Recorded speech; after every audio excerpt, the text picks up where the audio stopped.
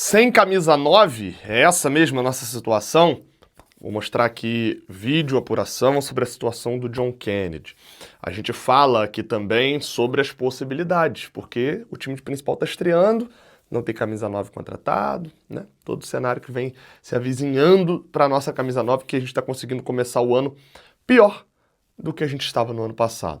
Além disso, a gente fala aqui também sobre os cálculos do Campeonato Carioca e um cenário, diria até, não sei se eu vou usar o termo promissor não, mas que a chance de resenha ficou um pouquinho maior depois da goleada que o Flamengo levou. Sou Gabriel Amaral, sou jornalista, sou tricolor.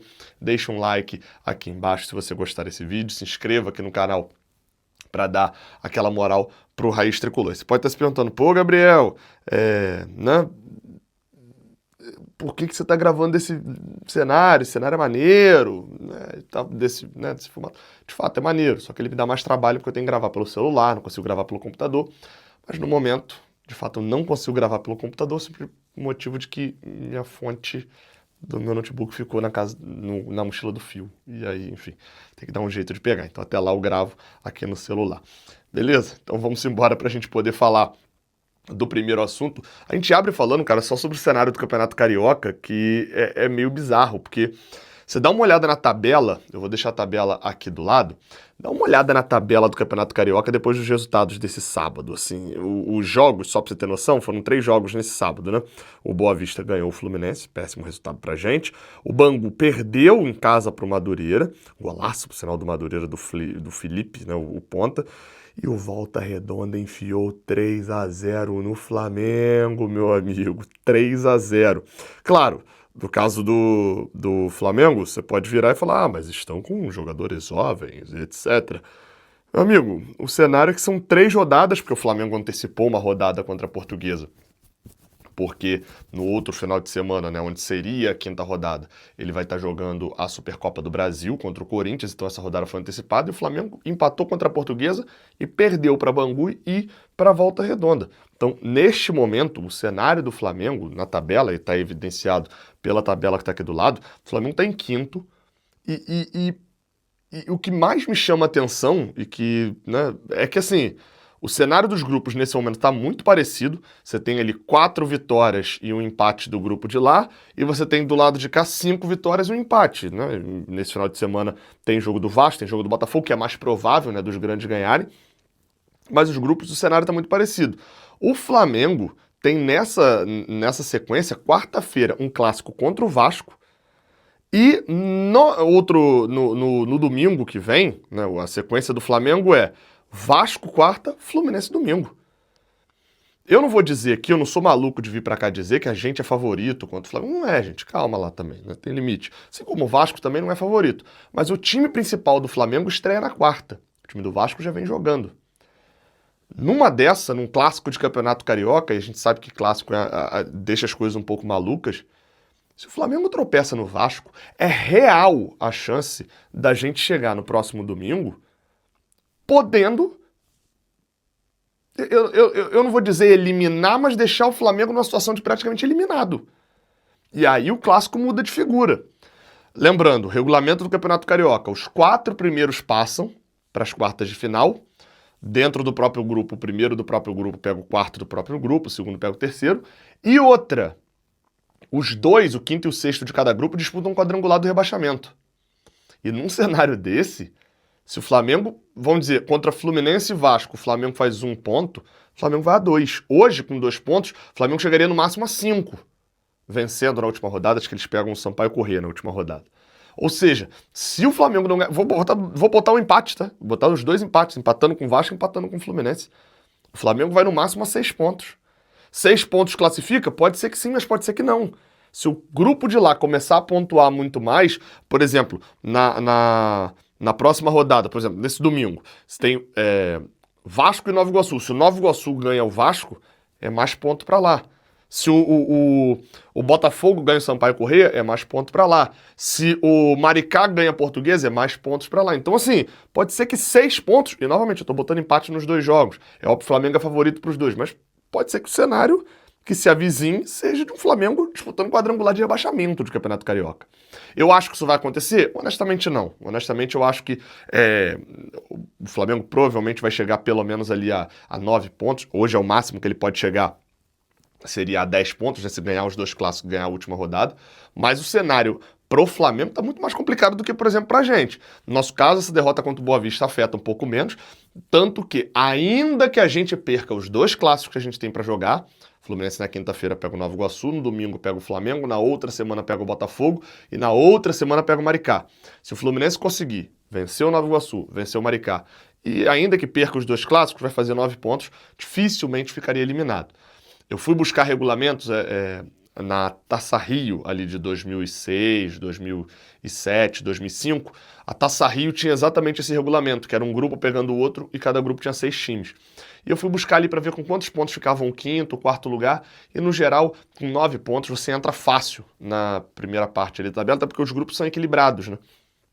Não é que um grupo é muito mais forte do que o outro, então dificilmente vai ter uma diferença de pontos muito grande. Então o Fluminense hoje pode trabalhar um pouco mais tranquilamente. A situação do Flamengo já é mais calamitosa, até porque tem os dois clássicos agora.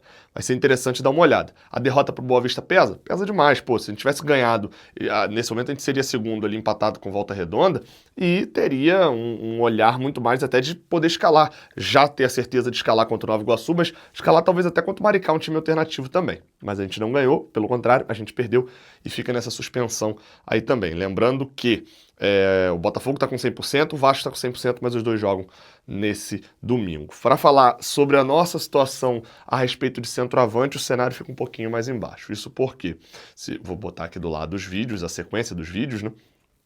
O John Kennedy se lesionou no jogo contra o Boa Vista. Não dá para chamar de lesão ainda, mas ele saiu de muletas, né? Eu vou mostrar depois o vídeo aqui. Ele sofre uma entrada que na hora eu e o Fio até tivemos a impressão de que não tinha encostado nele, porque é um carrinho feito para atingir a perna direita. E não atinge, o cara faz o desarme só na bola, o juiz nem dá a falta. Só que a perna esquerda, que vem dobrada do jogador do Boa Vista, até por isso eu acho que ele não teve a intenção, ela vem no embalo e acerta o pé esquerdo do John Kennedy.